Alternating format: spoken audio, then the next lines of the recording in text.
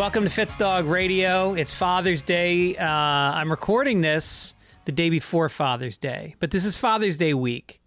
Let's talk about it. Let's talk about what it means to be a father. For me, it means providing. Number one is find a wife that can be everything you're not as a parent. That's the key thing for a father, is don't think that you're going to be nurturing and a provider and present and teach your son to be a man and teach your daughter how to... Here's the thing you can teach your daughter as a father is how to love his wife.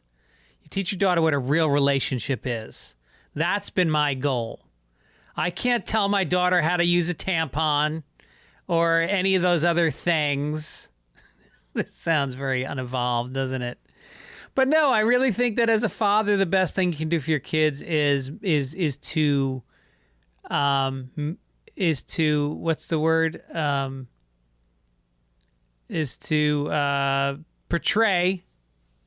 It's not portray, but I'm not thinking of my fucking brain the last 3 days is dead. It's mush. I'm on stage, I'm doing crowd work, and I'm not pulling the fucking data that I need at that moment. I did a podcast with Mike Gibbons today for the Sunday paper. I was flat in the second half. So anyway, I don't know what it is. Model. You have to model a good marriage for your children. That's key. But my father accomplished probably 2/3 of those things. So he didn't do a bad job, but I think I did a better job. I am a better father than my father was, and that is a victory of sorts in my life. And I would think that my father was a better father than his father. So my son will be a better father than I am. So my grandson, all right, you get it. You get it until the apocalypse hits. We're all making great progress as the world is ending. We're just getting to be good at this. We're working on race relations. We're working on gender equality. The one thing we're not fucking seriously working on is keeping the entire fucking playing field from imploding. So at least when we die, we'll be evolved about it. And we will not take care of the women and children first. Take care of everybody the same. All right. U.S. Open. I'm watching a lot of golf. I know people go, how can you watch golf? Oh, there's nothing better than sitting and watching golf. It's so relaxing. There's no pressure. There's no competition. It's just a guy and his ball trying to fucking be zen-like, trying to let go of his last bad shot, be present for his next shot. And it's a shame that Tiger's not in it. There's no black golfers at all. You feel some white guilt when you're watching golf. But you know what?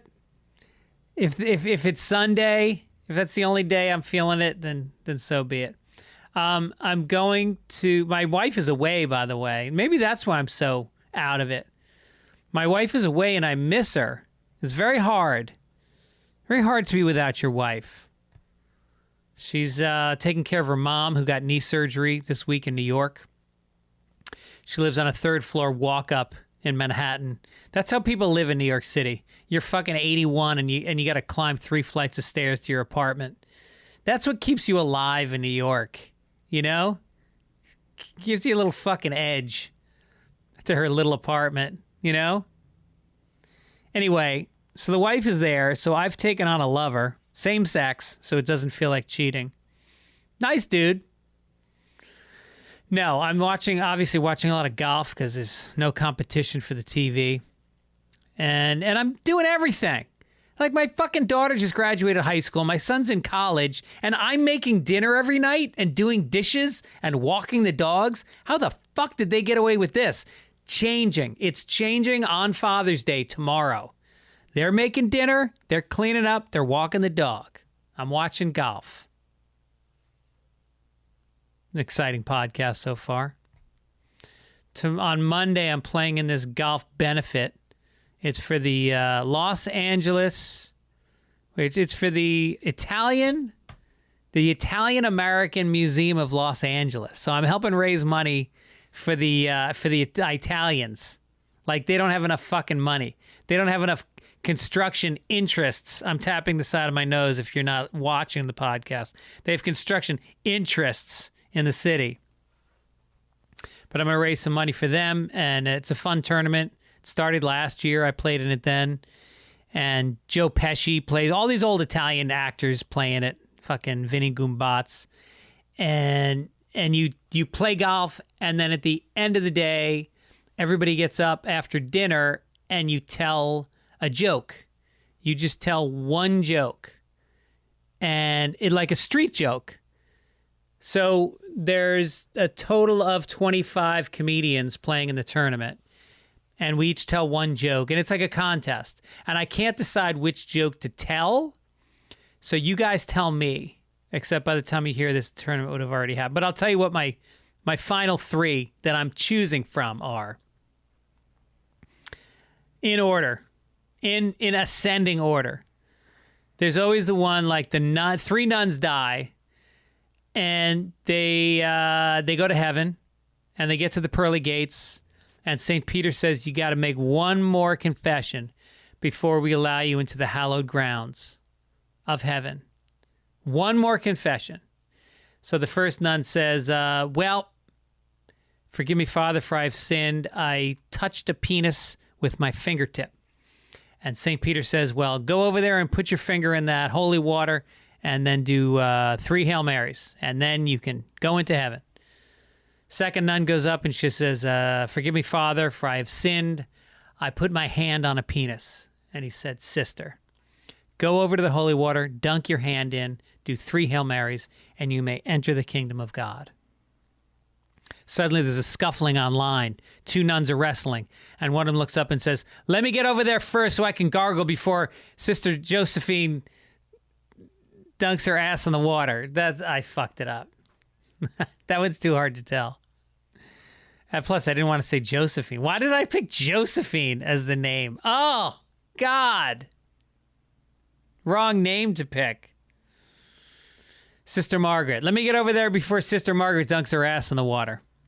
The next one is... what was the other one I was thinking of? Old guy goes to the doctor, and the doctor checks him out, and then he's standing there with his wife, really old dude. And the doctor says, okay, I'm going to need a urine sample, a fecal sample, and a blood sample. And the old guy goes, huh? Doctor said, I'm going to need a urine sample, a fecal sample, and a blood sample. Old guy goes, huh? Wife says, give him your underwear. It's fair. It's a B- joke.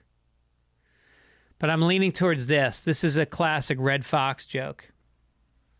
He says, there's a guy driving a bus, school bus, picks up all kinds of kids. First he picks up the rich kids from the mansions, and then they go through and they pick up all the poor kids from the ghetto, and they're in the bus, and there's black kids and there's white kids, and they're all fighting and they're arguing, and the bus driver just pulls the bus over. He goes, everybody off the bus.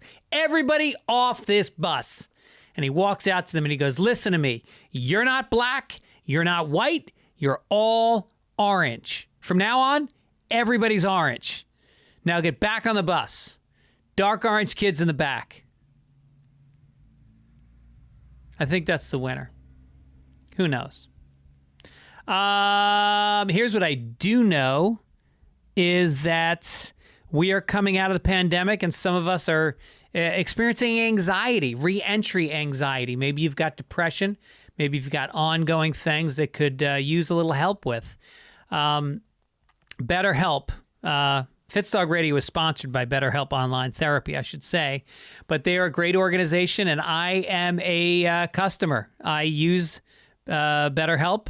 They helped me find an amazing therapist named Sarah, who I've been working with for like the last 3 months, and I'm making great progress. And the great thing about BetterHelp is that it's not just like 1 hour a week you sit there and try to think of shit to say. Sarah checks in with me. She will text me during the week. She will send me worksheets for cognitive behavioral therapy worksheets where you challenge your self-beliefs and things like that. And so it's an ongoing thing. It's whatever kind of therapy you're looking for, they've got somebody who specializes in that. You reach out, you get online with them, you fill out a questionnaire, and within 2 days, they got somebody lined up for you who's a good fit. If you don't like them, that's fine. You can switch without paying extra. Keep switching until you find somebody that works out for you. It's weekly video, phone, or even live chat sessions with your therapist now. I guess now, I shouldn't, I don't know. I would imagine now people can get together in person. I'm not sure. Mine is still online, which I'm fine with. I'm fine with that. It's affordable. It's very affordable, I should say. It's much less than I'm used to paying for therapy.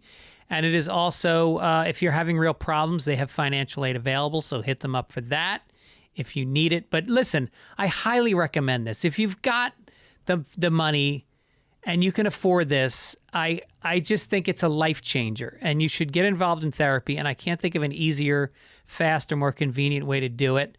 Our listeners get 10% off their first month at betterhelp.com/Fitzdog. That's betterhelp.com/Fitzdog. Get yourself a little money off on a great thing. All right. Anyway, let's get to it.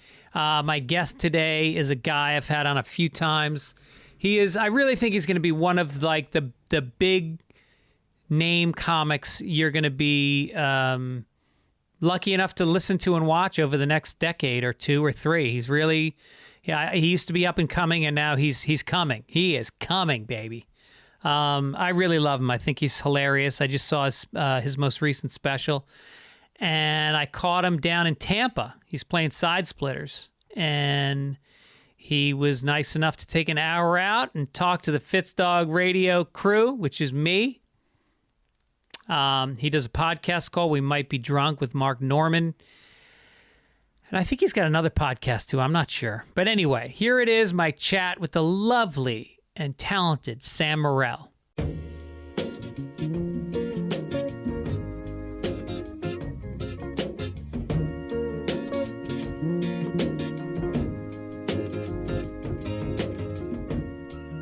I'm sitting in Fitzdog Studios connected through Zoom to, are you a Jew?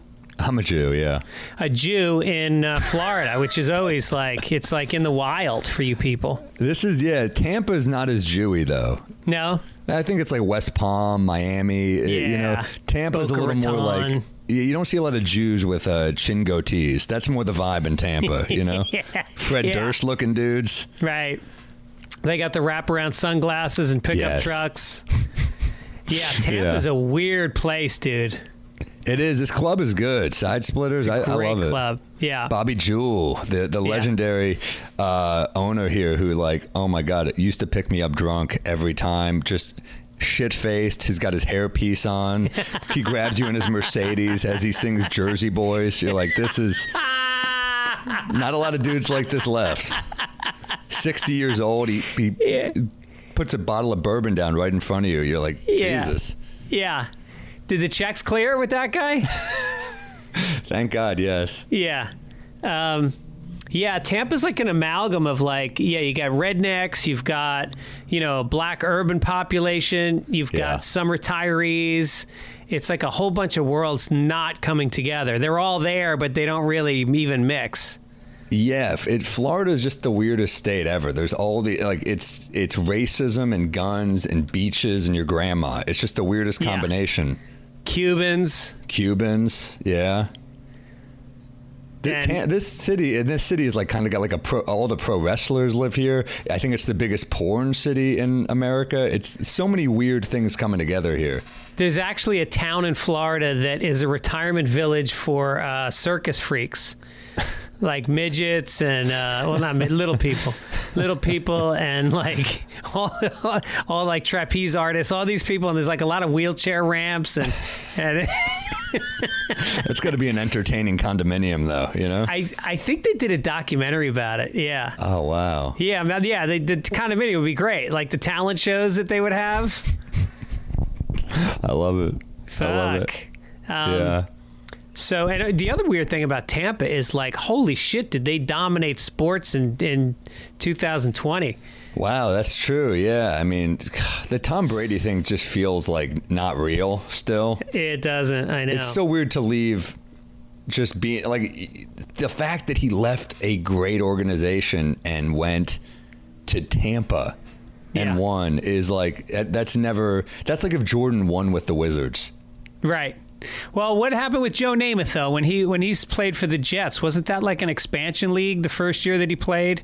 I don't know enough about the NFL in the 60s. I know he won one with the Jets. He did something like he came out of, I think he went to Alabama, and I think he was either the Heisman, I don't know if he was the Heisman Trophy winner, but he was the guy. He was like the guy everybody wanted. Number one draft pick. And he went to a new league, and then I think they won the Super Bowl within a couple. I don't know. I don't know enough about it either, but I'm young enough that my first Namath memory is really trying to kiss Susie Colbert as he's just shithouse wasted on Monday Night Football, and she handled it like such a pro. I mean, he's just like, I want to kiss you, and she's like, oh, well, that's very nice. She just was she just seemed like a good person.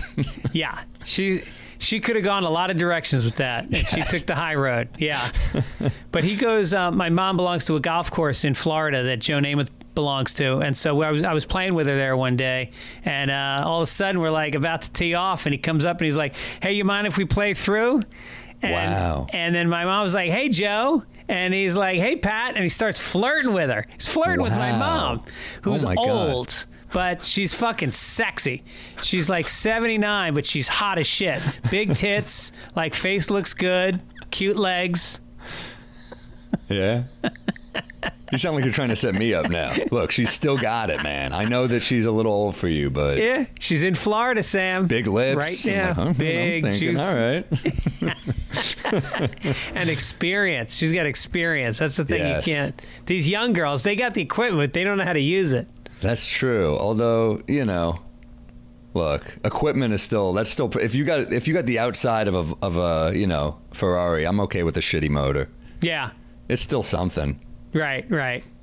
Yeah, they used to make those remember those kit cars? They looked like race cars, but like you make them yourself. They cost like $3,000, and they had shitty engines, but they had like a Ferrari-looking body. No, I don't remember that. Yeah, all the Guidos in like New Rochelle and Yonkers would have them.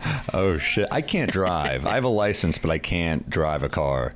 No shit. I remember I did a road gig with Joe List once, and he was like, "We'll split the driving." I was like, "You got it." And I started driving for like 10 minutes, and he was like, "Dude, this is fucking pull over."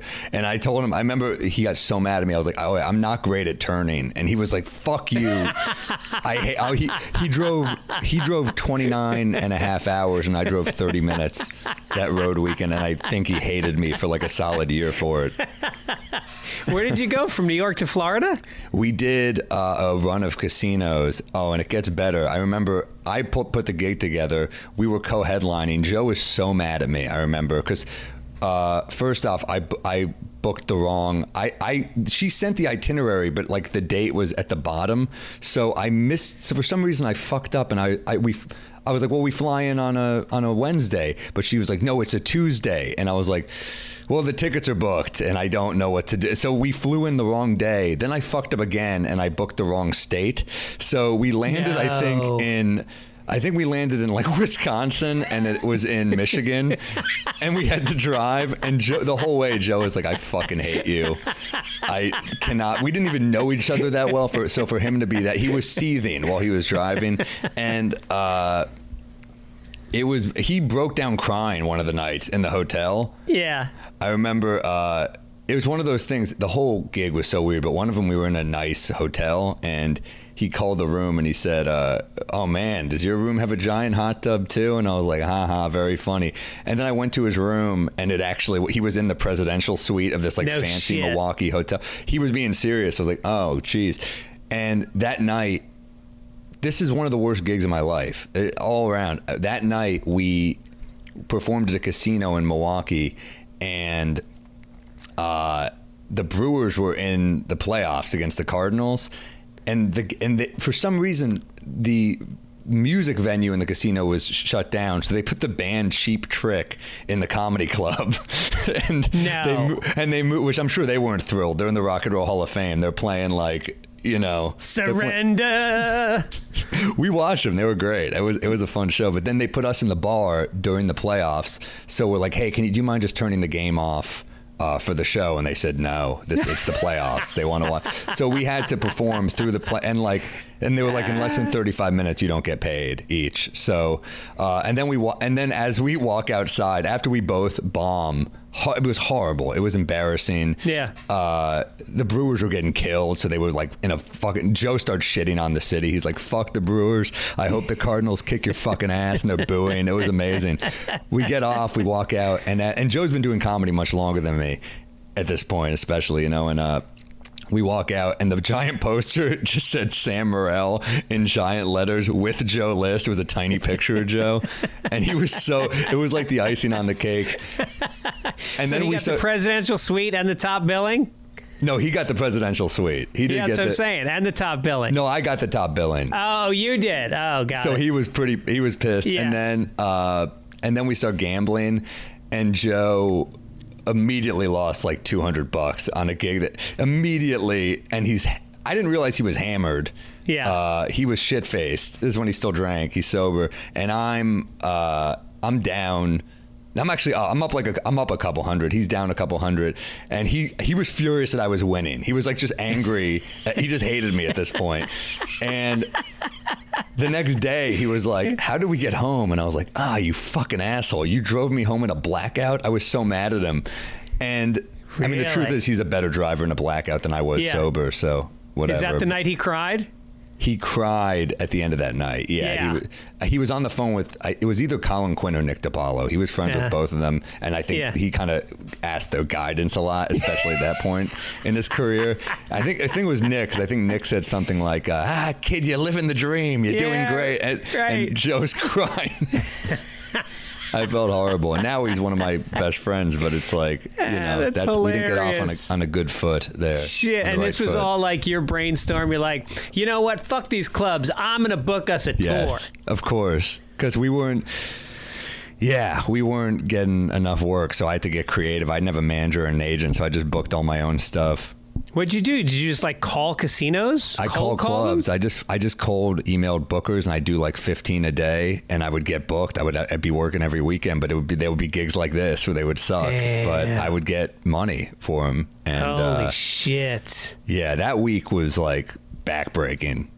Dude, that's why I see like all these fucking comics that want to whine that for whatever reason they're not getting booked, whether it's their fucking gender or their whatever. It's like, no, did you do that? Did you cold call 15 fucking clubs a day? Did you, during a pandemic, get a crew and shoot fucking rooftop shows? Like, you know, there's a reason why people make it in this business. You got to be fucking undeniable. You have to just keep pushing. You know what really bugged me too during the pandemic is those people on Twitter who would like it would a lot of time be like comedy writers, not even full-time comics, who would be like, oh, by the way, comics who we see working the road right now, we see you and we're talking about you. We're like, oh no, they're gossiping about the way I make a living. Like, first off, most comics took time off, and second off, like, who the fuck are you to tell someone how to make a living? Yeah. During a pandemic? Like, it's fucking evil, I thought. Right. But the roof thing was fun as hell. Dude, I watched it yesterday. I hadn't seen it yet, so I sat down. I figured, you know what? I should watch a little bit of it just so I can talk to Sam about it tomorrow. I could not fucking turn it off. It was so good. Thank you, man.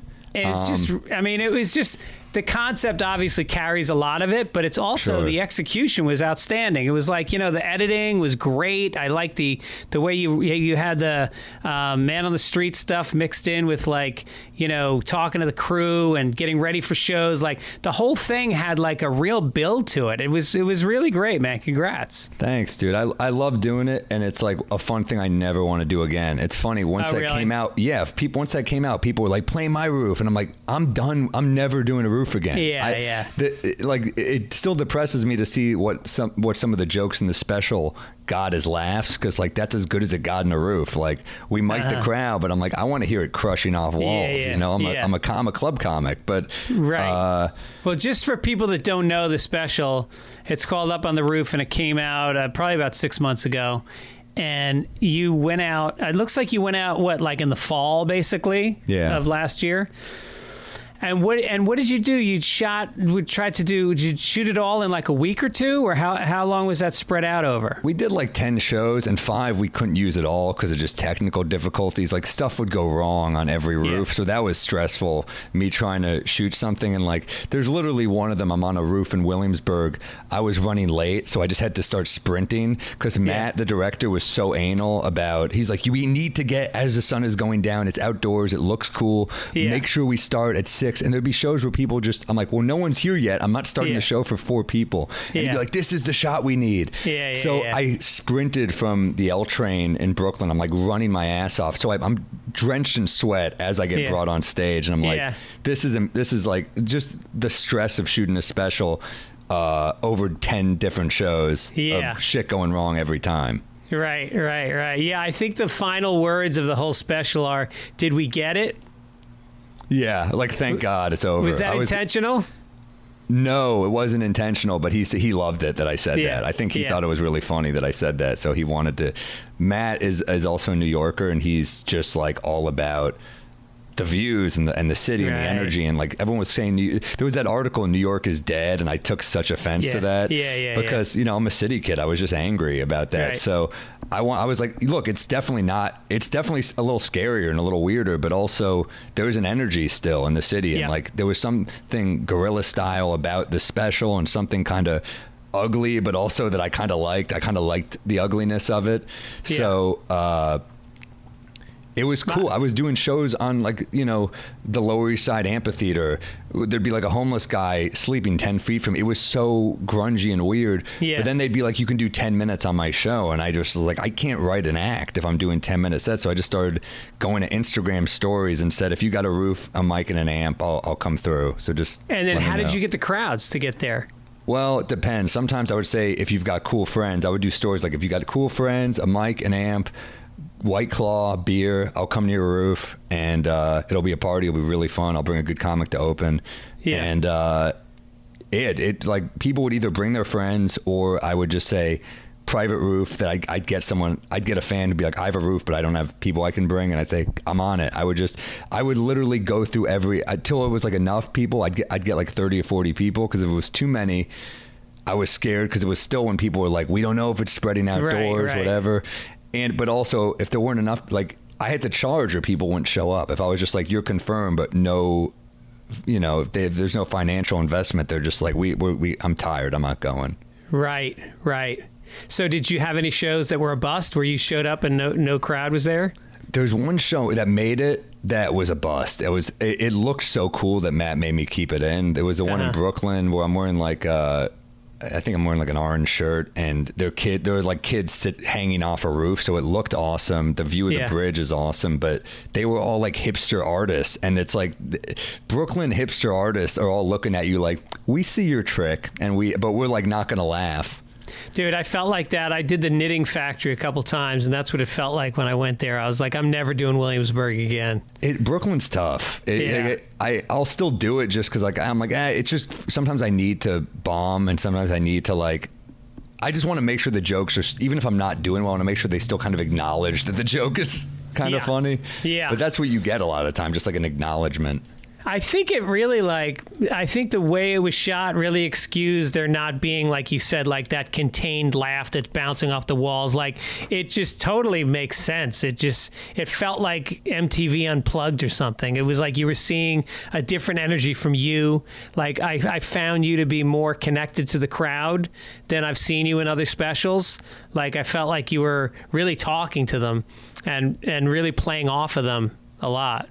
Yeah, it's a good point. I mean, when the crowd's that small, it's that intimate. Like, it felt like, you know, I remember reading this book about Jewish settlers and how, like, music got them through the winters. Like, they would all sing these songs, and and they became so like be freezing their ass off, but singing together kind of brought them together. And I was like, man, that's kind of like what jokes feel like during a dark time, that you're just, there's this uncertainty, and it's they're used to like a club. Like I remember walking in the cellar and watching Dave Attell holding like a recorder, and he's doing bits, and it felt like we got nuked. It felt like these were like the survivors. Yeah. And it felt like, I mean, it was a dark year, Yeah. Right. Yeah. It felt like, a special that needed to be done that'll never be done again. Like, and unless there's another pandemic, nobody's ever going to capture that feeling of like, there was really like, I think people think of you as this dark comic, but there's actually something about you that kind of like is bright, that comes through. Like you've got that little smirk, kind of shit-eating grin that you do. And it like, and it kind of like, it carried the darkness of the situation a little bit. If I'm saying it's funny. that right. I never thought, people have said that to me. They're like, you're a dark comic. I'm like, well, I'll make jokes about abortion or something like that. But I always thought of myself as not a dark comic because I would do silly turns. It wasn't like I was just doing it to do it. I was like, I'm only going to go there if I can find a really cartoonish turn. Right. So yeah, thanks for saying that. Yeah, I felt like the special made me feel. It made me feel better about the situation. Like I was like, I'm busy, I'm doing something, and I miss being busy. Right. And then you were doing that thing. Are you single now? No, I'm not. Who are you dating? Taylor. Oh, you're still with Taylor. Yeah, yeah. I think I thought you guys broke up because I've seen her out here. Did she move out here? We did, but we're back. She's she does live out there, but we're both kind of going back and forth. She's spending a lot more time in New York, though.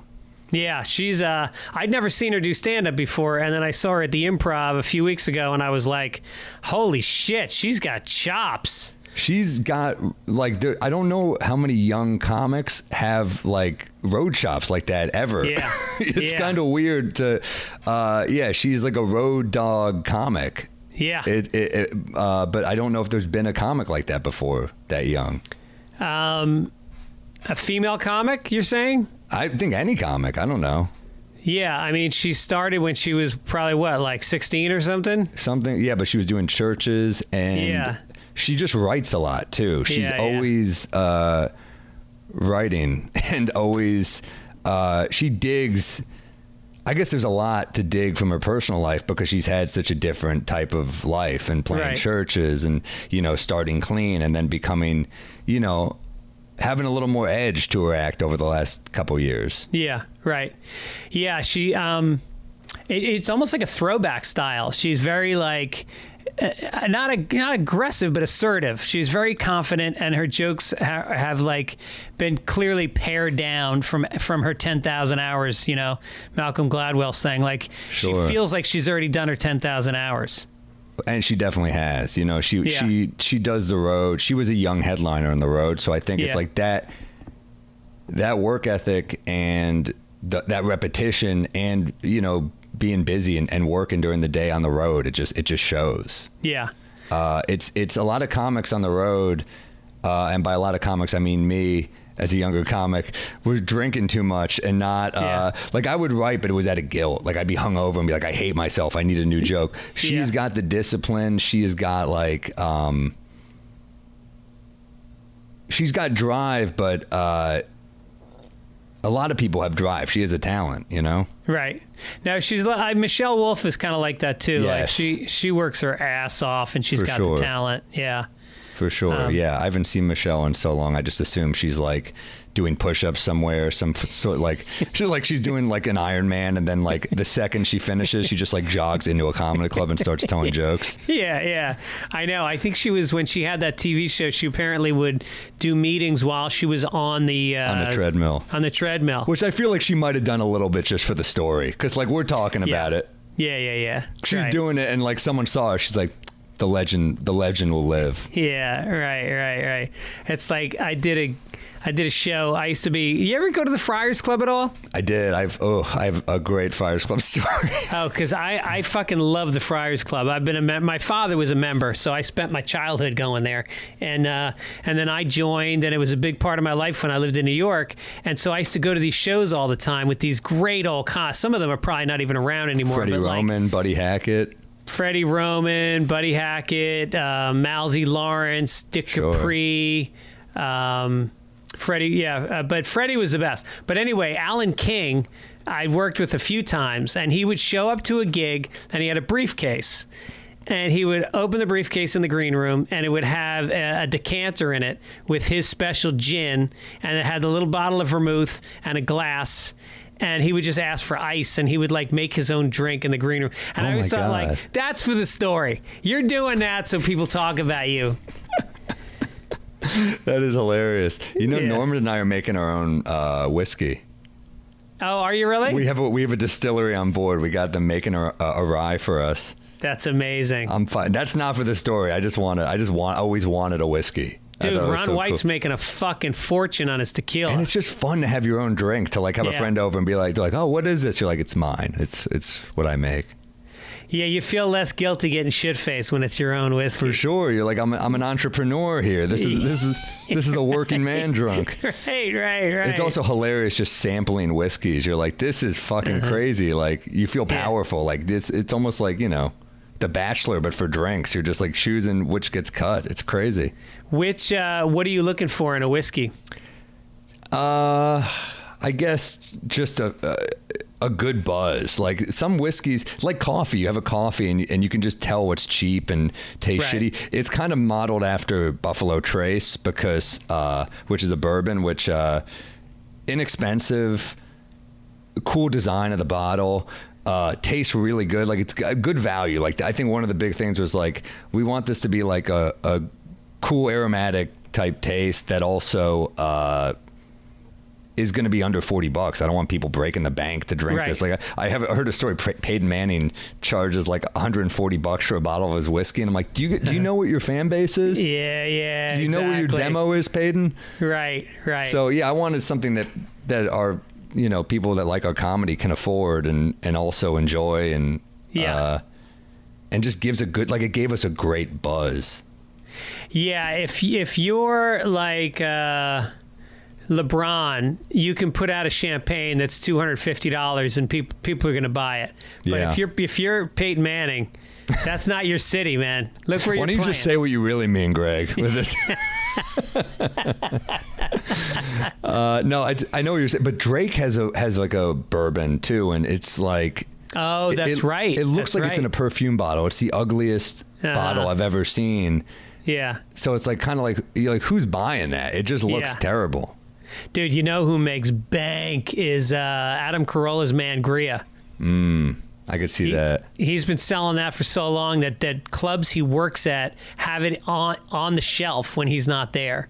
That's pretty cool. That's the dream, man. Yeah, I like it.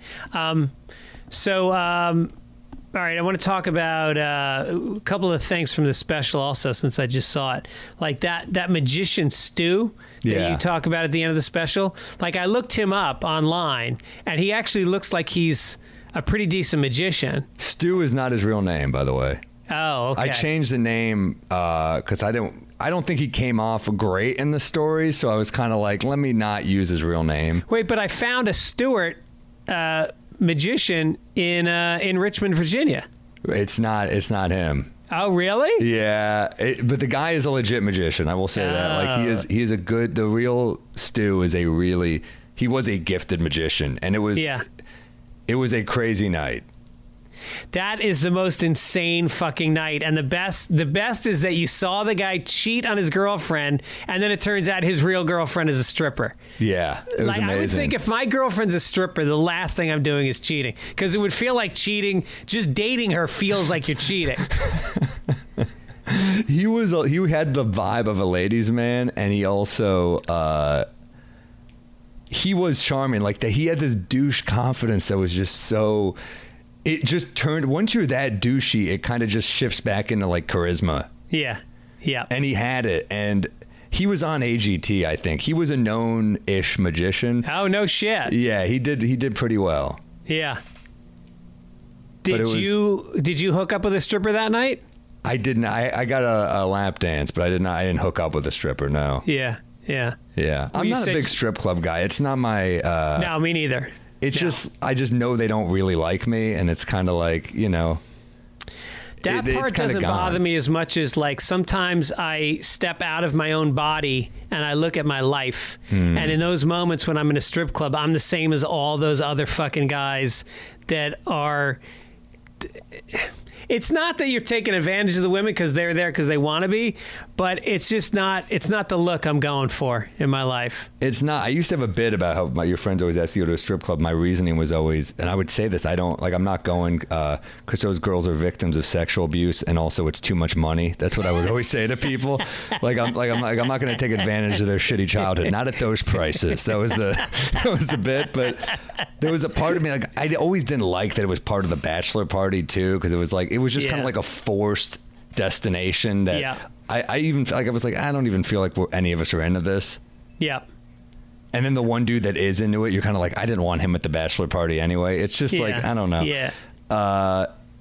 The one time I really liked it, I was in Vegas, and it was a Howard Stern thing, and Howard was broadcasting out of Vegas for a week, so they had me come in and sit in for a couple of the days and on the air. And so after one of the shows, we went to the Spearmint Rhino. Oh yeah, I've been there. It's a classic. It's a classic, and we were promoting the shit out of them on the show because we kept talking about them. So when we went there, you walked in, and they gave Howard a fucking stack of fake $20 bills.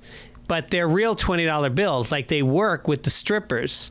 Like, a $20 lap dance is one of those $20 bills. So That's Howard such a big strip club. They have their own form of currency. That's insane. Oh, yeah. It's like Disneyland. Oh, my God. And so Howard gives me this pretty thick stack of 20s. Wow. And I'm sitting next to Artie Lang and Stuttering John, and we're just sitting there and picking and we're in the VIP room. So we're kind of like, nobody can see us, because you don't want to be in the middle of a fucking room getting a lap dance.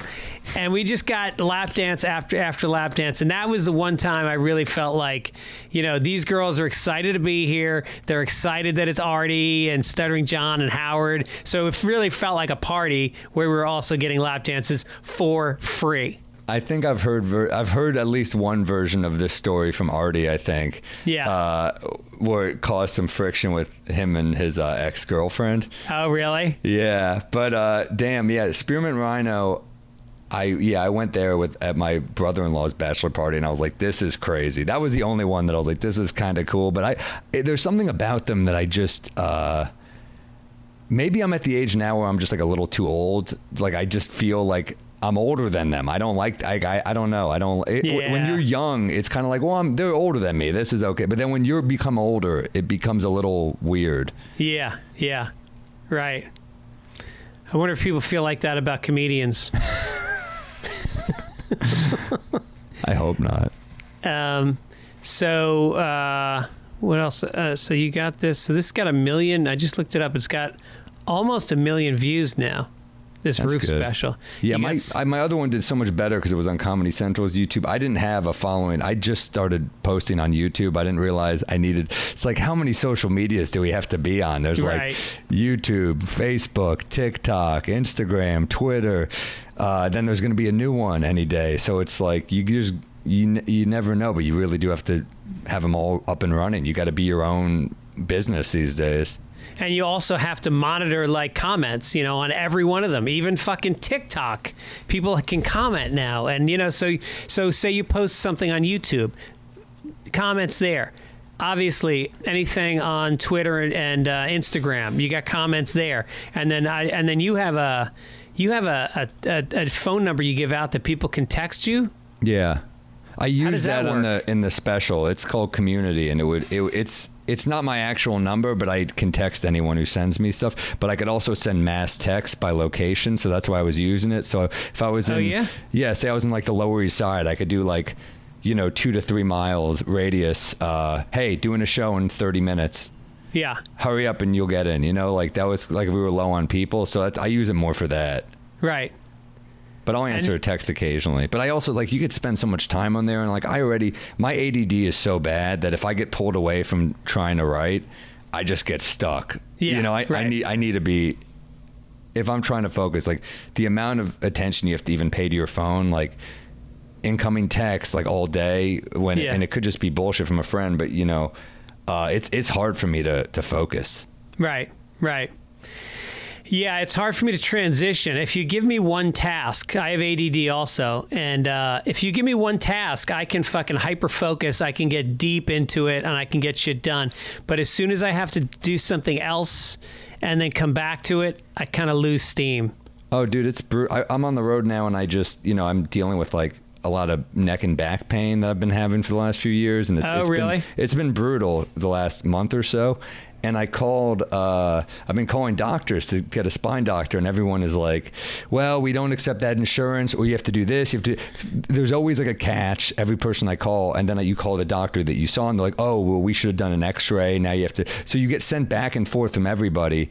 And then you get to a point where you're just like, I give up. I'll just live with back pain, you know? Yeah. And I realize that happens to me like once a year where I'm like, I'm going to do something about it this year. And then I just it's too much. It's overwhelming for me to keep dealing with the calls. Are you still there? Oh, there you go. Dude, you know what? It's fucking Holiday Inn. Sorry, man. This hotel stinks. The internet. Yeah, I remember that hotel. I'm still recording. Okay, good. That's good. So yeah, I had back pains, and the only thing that worked for me was yoga. I just, even though it hurt to do the yoga, the more I did it, the more it like supported my whole core and made me, you know, sit up straight. Yeah, I mean, dude, I'm gonna have to start doing it. Yeah, you gotta do some yoga, man. I'm gonna do it. Well, you're a swimmer, right? No, but I would go before COVID. I would go to the rec center all the time because it was it was literally like $150 for the whole year, and you got a gym. And then I've talked to people who are like, "Yeah, I got a staph infection from that place," you know. And you're like, "Ah, that's kind of gross," you know. But I would go there just being like, "It's so funny." That's my mind. I'm like, "I'm getting a deal," you know. Right, this is great. Instead of thinking like, "Oh yeah, homeless people piss and shit here." Yeah, right. But yeah, I love that place. There's a basketball court. There's a gym. It was the best. Wait, what's the rec center? They're all over New York City. You just really? Go to, nyc.gov, and they're all over the place. That pool gets crowded, though. I'll tell you, like, you get in lanes, and you're like, I got to get like a rapport going with like an old lady. It's Asian. There's like a bunch of Asian dudes in there always. Yeah. Good swimmers, the Asians. Oh yeah, they're good. Yeah. Let's say racist things that are all positive. That's amazing when you say nice things. You say like, I was going to say that I was cheap, but I'm going to say, you know what, Jews, we can be very frugal. That's a positive. Yeah. Right. Irish people, we really know how to celebrate. Yes. Black people, good at avoiding pools. Right? That's a skill.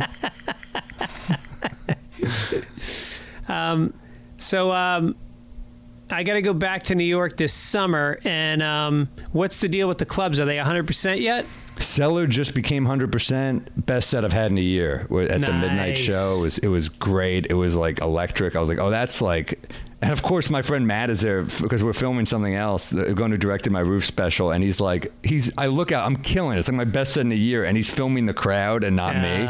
And he's like, I got to get their energy to show the change. And I'm like, you fucking asshole! This is like the hardest I've killed in literally like 15 months. Really? And but no, he's the best. And we started filming stuff and just kind of caught from the beginning when it was 33% full, and it was weird, and there were some weird crowds. It's weird when the cellar is not full, because that's kind of what made the cellar. The cellar is the just that it was overwhelming with people, that you knew it was a hot ticket. That and then once it becomes a little less full, you see those people that are a little arrogant. They're like, this isn't full. I can talk, Yeah, right. So it got tough. And now it's back to where it should be. And man, I mean, the other night it was like Louis and Rock back to back, and you're like, oh, all right. No shit. Wow. They're not fucking around right now. Yeah, that's awesome. Yeah, I mean, my first spot back at Gotham, I followed Seinfeld. It's like they have the hunger to be up, these guys. So it's pretty cool. Yeah, I think over the past year, people had a lot of time to think about, people like Seinfeld had time to think about like what their life is about, what makes them happy, what's missing. And I think stand-up became like this thing where they realized all along, like, this is it. This is like my gift. This is my joy. And I see that now, like fucking, Kevin Nealon, guys he didn't see in the clubs as much, like coming out. Nealon's out there. Norm Macdonald, like all of a sudden people are coming out of the woodwork and doing stand-up again. It's fucking great. That was my fear, is that now the lineups are going to be like, so it's like going to be hard to get stage time again. Oh yeah. But there's enough places, and I think there's an appetite. People want entered. I mean, that's what I felt even on the roofs, is that I was like, are people going to come to these roofs again and again? But people kept showing up because how many nights can you watch Hulu or Netflix, or like how many times can you watch Queen's Gambit before you're like, all right, I'm out, I'm doing stuff, So yeah, I think comedy is going to have a boom right now. I think people want to celebrate being together again, and it sort of feels like a theater feels, to me, more dangerous than a comedy club, which feels like a little bit more spaced out. Even though in a theater, I guess people could wear their masks because they're not eating and drinking. That's true. Although I feel like people are like over that. Even I'm in Florida, and like there was a point during the pandemic where I was like, what is wrong with these Floridians? But now I'm like, I see people in a mask, and a part of me is like, sucker, Yeah, so right. You get mask fatigue, I think. That's so funny that Jerry is also just like at your core. You could be worth. I saw there was an article with Jerry recently. Someone just sent this to me where he's like, all you need for happiness is body weights and transcendental meditation. And you're like, maybe, but you don't want to hear that from a billionaire, Yeah, right. It's a little annoying. Yeah. Rupert Murdoch's keys to happiness. Yeah. Yeah, the key is to do your TM while you're in a $15 million apartment on the Upper West Side. That helps you really get the zone. I think you might be undervaluing that estate right there. Yeah. What am I thinking? Doesn't he have like a whole block for his cars? I think he's doing all right. Yeah. He's got an entire garage. He bought a fucking parking garage in the city. That's just for his city cars. Then he's got a hangar out in Long Island. Wow. Then he's got another hangar out here in Santa Monica at the airport.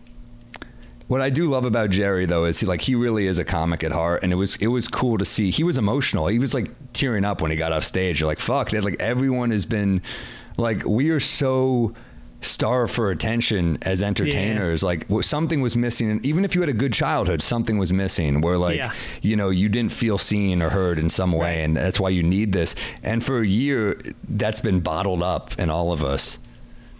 Yeah, it's become after 31 years, and like I had never taken off more than 3 weeks in 31 years. Yeah. Like literally. Wow. And so the it's been so like, it's in my fucking hard drive now of just like receiving these doses, these drips of positive affirmation and acceptance, and the ability to create something that day and do it that night and receive something for it.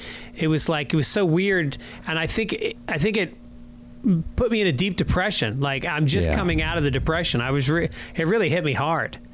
Yeah, man. It was a weird year to just that. And also like, it's funny, like the repetition for me doing the road never really gets me that down, but the repetition of that COVID life. I mean, when you're working, at least I felt that work always helped my anxiety. I'm like, well, I'm working. This is all I can do. I'm working. I'm getting money coming in. I'm also working at my comedy. I'm writing new bits. Like that all those things put my anxiety to rest. But when you're just sitting around and it's not just that you're doing nothing, there's nothing you can do. I mean, that was crazy. Right.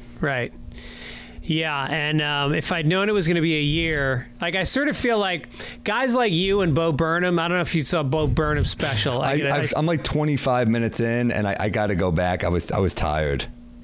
Yeah, I haven't seen it yet. I've heard different people have different reactions to it. But the fact that he did it, though, and the fact that you did this rooftop thing, I think there's probably some resentment from other people that feel like, hey, wait a minute. They're waving the yellow flag. This is a fucking safety lap. What do they call it? Like, you stay in your lane. That's literally where the phrase stay in your lane comes from. And you guys fucking know. You cheated. Well, they should be more mad at Bo because I'm sure he got a lot of money for his, and I literally lost money on mine. So be mad at the famous person. And right. But wait, so don't you get paid from YouTube though? Don't you? I didn't even monetize this special because I just wanted eyeballs on it. Right. But yeah, I'm sure I monetize a few things, but no, I don't really. I just use these, but like I'll say this, like people are coming out to see me on the road more than ever in my career. So I think putting out the specials the way I did, like just taking a hit on that one, and then not a big hit, like a minor hit, but then just making a little bit on the Comedy Central one on YouTube, like it. If you know you're going to be on the road every week and audience makes a difference and you get a door deal like that made a huge difference for me financially on the road. So right. You know, it worked. People came out. Now I'm like fucking writing a new hour, and I'm like, man, this is pretty tiring. But so the material you're doing now is nothing from the last special? I opened with about 40 minutes that's not in the Roof special, and then I'm just closing on some old shit just so they get a good show, because I don't want to just be dropping verbal diarrhea on them. Right. But I think there's some good stuff here, and it's not there yet, but it's good enough to do for people that have come out to see me, because I think I'm cutting fat every show where I can. Right. You taping your sets and listening to them? Yeah, I've been bad about listening to them. I used to listen more, but I kind of just fast forward to the brand new stuff now. Yeah. But all the way through, it's the best way to write, and I've been bad about it, so I got to get back. But yeah, I am recording every show just because. I think posting clips for me is like what people, like the people that are following me, want to see. So I just try to keep posting little snippets, and if I can avoid burning material from the next hour, I do. If it's like a crowd work thing or a heckler, that's ideal. But then every once in a while you get a person who's like, "What? I'm heckling. These are good for your. This is good for your thing." Right. And I'm just like, but not you. You don't want the person who's aware that it's good doing it. I want some dumb drunk bimbo doing it. You know. Are you? How are you taping on the road? Or do you have somebody there with you? I just put I got a good camera. I just put it in the back stationary, and that's usually good enough quality. And you use the sound just off the camera? I'll record on my phone. I used to do a lapel mic, but then I'm like, I'm fucking lazy. I'll just use my iPhone, and the sound's usually good enough from there. Yeah. Oh, that's cool. That's a good idea. I taped a special. I wanted to do a special a year ago, and so I had the hour together, and so I taped it at Portland Helium Comedy Club. I'm there in August. That's a great club. Fucking great club. And so there's a guy up there. I'll give you his name if you want to come out. He's very reasonable, and he comes out with 2 cameras, and he puts like 5 mics over the crowd. Wow. And I just wanted the hour so I could show it to Netflix and Comedy Central. So I recorded it, and I didn't even know I was going to do it. He emailed me 2 months before, and he said, "Do you want me to come out and tape your shows?" And I said, "Yeah, that'd be great." I totally spaced. I get to the club, and there's a guy with a camera set up, and I go, "Hey, who's the guy with the camera?" "He's here to tape you." I go, "What?" I go, "Oh, fuck." So, like, I hadn't even gone over the hour. Like, it wasn't, no. I hadn't studied, and so it was like an exam that I hadn't studied for. But which kind of worked well because it was looser, and so I recorded it. I did 2 shows, and then I ended up, like, because of the pandemic, I was like, well, there's no way I'm taping a special in next year. So I just put it out in like 1 or 2 minute clips every Friday during the whole year during the pandemic. And now I think I'm probably gonna just do what you did and just put it on YouTube. Smart, man, because I think every time you post a clip you get new fans because people tag their friends, or they're just like, "Oh, this is the guy I was telling you to see." So I think all that stuff is huge, and YouTube is, I mean, I just dealt with it, having specials that were on TV a couple of times. I mean, you could, I'm sure it happened to you too. It's like you're promoting a time, and people are like, and all your comic friends who, like, some of which have big followings, you're wasting this promotion on, like, watch at 11 p.m. and none of those fucking people are going to just. No. But if you have a link, they click on the link out of curiosity, and if you get them in the first couple of jokes, they might stick around, and maybe you have a new fan. So. Right. I mean, it sucks. You get a little bit of an ego hit not getting paid for your work, and I've talked to comics who are very successful about this, and, like, comics who are very innovative in their own way would say things to me like, "You're crazy if you don't get paid for your work." And I was like, well, it's just a different form of payment. It's on the road. I know that you get millions of dollars for your special, but there's literally no one biting on mine. So this is, I just want to stop telling these jokes. I won't write a new act unless I force myself. Right. So for me, it was good. And then some of those people who saw that, I think now are like, yeah, I think you did the right thing. Yeah. Right. But it's at the time when they are getting like millions for a special, whatever they get, it's hard for them to comprehend putting out a free special, you know? But it's all about, like, you know, if say you get paid millions for a special down the road, like it's just entirely possible on the kind of trajectory that you're on right now. You're getting so many millions of views that I can see like Netflix or somebody giving you those millions. Then you look back and you go, that's way too much money. So get that way too much money later and do it for free now so we can get you to that place. And it's like, I remember Rogan, I was talking to him about maybe doing a Patreon on my podcast. And I said, you know, maybe I'll do like an extra one and make a Patreon. He's like, dude, just give everybody everything for free all the time. And then you'll just keep building. Was this before or after he took $100 million from Spotify? Right. It was way before.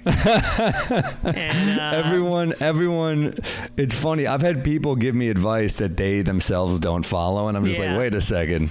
Yeah.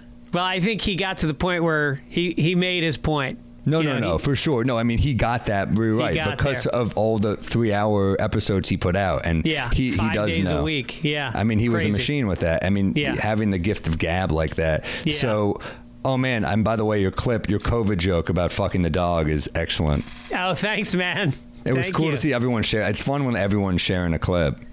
Yeah, it was crazy. All those guys just got together and put it out together, and you get more fans from that than you do from a special. It's hilarious. Like Tom Segura just posted the trailer, and I think that got me of my rooftop special, and I think that got me more fans than like.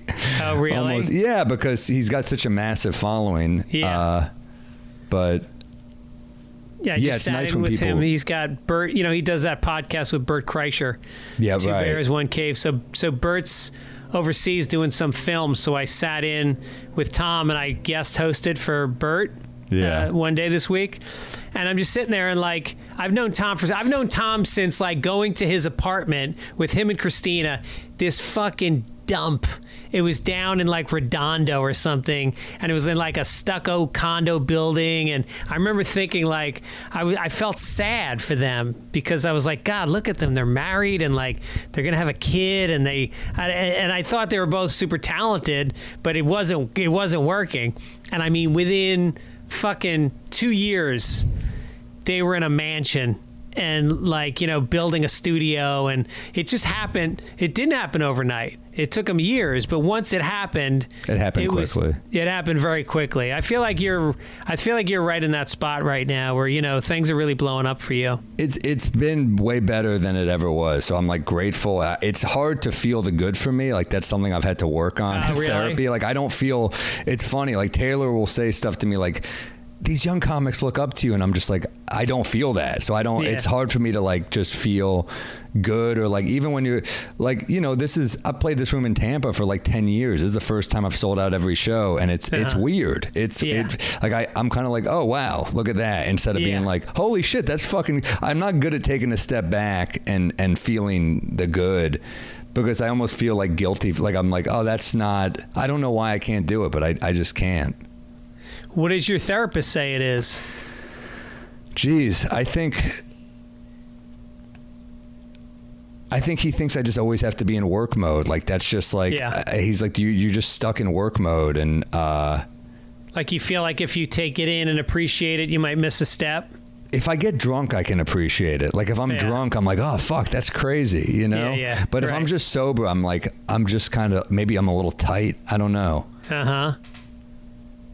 But, you know, this is like the best it's ever been. I hope it keeps staying like this. This is way more. It's way easier to write a new act when there are people there who paid to see you, as opposed. Although last night someone wrote a comment card that said, it just said "not good," circled "not good." Comic, I'd like to see Michael Rappaport. Suggestion for restaurant: more vegan options. And at the top it said, "Holocaust jokes are not funny." And I'm like, you know what? I think I made a pretty good fucking Holocaust joke. So it was. I wrote it that day, and I felt pretty good about it, and it killed. It's tragedy plus time. It's been fucking 70 years. I was pretty annoyed. I was also mocking fucking Marjorie Taylor Greene in the joke. It's like she just heard the word Holocaust and was like, "This is offensive." And also, guess what? If I want to do a fucking dark Holocaust joke, I'll find I'll find a way. But that comment card made me laugh. So those. Wait, what are you doing? They have comment cards at Side Splitters? I guess so. I didn't know. So what did you do? Go through them at the end of the show? No, Brian, the owner, handed it to me because he thought I would find it funny. He was right. I do, and I love club owners. Like, look, I'm annoyed by any comment card, but I like that he knows that not only he knows I would find it funny, but that he finds it funny. Like, he's that much obviously on the comic side. But I remember years ago I was doing this joke about a alligator eating a baby at Disney, and I walked someone at this club in Tampa, and not only did I walk her, she posted a picture of herself crying to the Side Splitters Facebook page. Like, this is how sad you made me. I cried. and I found, he sent it to me. He goes, this is amazing. I was like, all right. Yeah, so he knows I find that shit. Like, that's insane, right? Like, I didn't care for the act. I'm leaving. But for her to like post a picture crying, like, that's you're fantastic. Out of your fucking mind. Yeah. The, on your special, you talked about TripAdvisor has comments on comedians. Yeah. I didn't know about that. Yeah, I don't know how I saw it one time, but one time I saw someone wrote this hateful review about me, about Naples. It was like the worst weekend of my life for so many reasons, but yeah, I laughed out loud when I read it. Like, when people hate me that much, it does make me laugh, because I'm like, well, I'd so much rather that than he was okay. Yeah. You know, if someone just thinks I'm okay, then I'm like, wow, I'm bad. Yeah. But if someone's like, you're the worst thing I've ever seen, I elicited something to the point that I'm like, well, that was at least how you remember me forever. Yeah. And just the anger in the, like, I can't imagine, like, first off, you have a bad life. If you have, I looked at how many TripAdvisor reviews this person had, and she had like 600, to the point where I'm like, you should take a break from writing reviews. Like, no one with a great life is like, no one's just planted at their fucking computer. So the review was basically just like, everything about it made me laugh too. One of the lines I remember was like, we were there with our son, or with our adult autistic grandson. I was like, who the fuck refers to their grandson as an adult autistic? Just say you were there with your grandson. Right. And she said I made fun of autistic people, which I didn't even do. I made like a joke about like an autism benefit, but it wasn't like mocking autistic people. Yeah. You got heckled by some woman on the street. You were doing a little rant to the camera, and she goes, "Are you a comedian? That's not funny." Yeah. And it's like, well, I'm a comedian. That's good. Mission accomplished. Yeah, she was so angry, and she was clearly one of those people that's never had any of her views challenged in any way. Because I just asked her how I was even being nice. I was like, "How is that offensive?" And she was like, "She's like, just leave me alone." She's like, you first off, you talk to me. Right. So I'm like, I'm not going to linger. But the best part was literally 15 feet down the road, this woman goes, "Oh, I love your comedy." And we got that on camera too. I was like, man, that's the most New York shit ever. Someone's like, "I fucking hate you." And the next one's like, "Oh, I'm a big fan." I was like, "Oh, this is beautiful. This is so New York." And that special made me miss New York. It really captured that energy of like just stepping over a homeless guy and then seeing a perfect 10 walk past you 3 seconds later. It's got a lot. There's a lot going on, and it's funny, and that there was that one clip I remember from the special, because I remember being like, "I'll tell you this city," because I was doing Rodney Dangerfield impressions. Every time the camera would go off, I would just be doing Dangerfield jokes, because my friend Matt would crack up every time I do it. So even when I kind of dip in, I go, "I'll tell you this city," and it's right after all that. But that's what I love about the city. Is like, I mean, even when someone's she bugged me, but also it was great that we got it on camera. She's like, you better not use this. And I was like, I'm not using this. And the second we walked away, I was like, we got to use this. But we just blurred her face. Yeah. Probably did her a favor. Yeah, I absolutely. But all right, so listen, I'll let you go because you're on the road, and I appreciate you taking time out. I know sometimes like people think you're sitting in a hotel room all day and you got nothing to do, but like sometimes that's actually when you get all your shit done. For sure. Finally, for sure. Yeah. I mean, look, I had a busy day. I went to Tampa Joe's across the street. Got a salad. So I've been doing stuff. Yep. I'm gonna go over notes for the show, man. But it's always great to see you. Yeah, thanks a lot, man. And I just talked to Taylor just for saying how funny you were. We were just on the phone. I said, I'm doing Fitzsimmons' podcast. And she's like, oh, he's funny. And she goes, and I like the way he talks about his wife on stage. She's like, not a lot of guys. So many comics are like, oh, my fucking wife. But like, he actually like doesn't make her sound like an idiot. And I was like, yeah, I think he's happily married. I think that's what it is. Yeah. Couldn't be happier. I know. Yeah. It's. I wish the same on you, my friend. I don't know if it'll be with Taylor, but whoever it's with, man, nothing will keep you fucking more sane in this business than finding somebody that you can count on, you know. You're right. You're very right. So anyway, I'll just give a few of your dates because you're on tour literally every weekend for like the next 6 months. It's fucking crazy. June 25th through 27th, Good Nights Comedy Club in Raleigh. You may be one of the last people going through there. I think they're going to rebuild that building very soon. Oh, really? Yeah. Liberty Township, Ohio, Funny Bone, July 2nd and 3rd. Tickets slow for that weekend, so get on it, guys. July 8th through 10th, Madison, Wisconsin, Comedy on State. That's going to sell out, so I would get on that fast. Amazing club.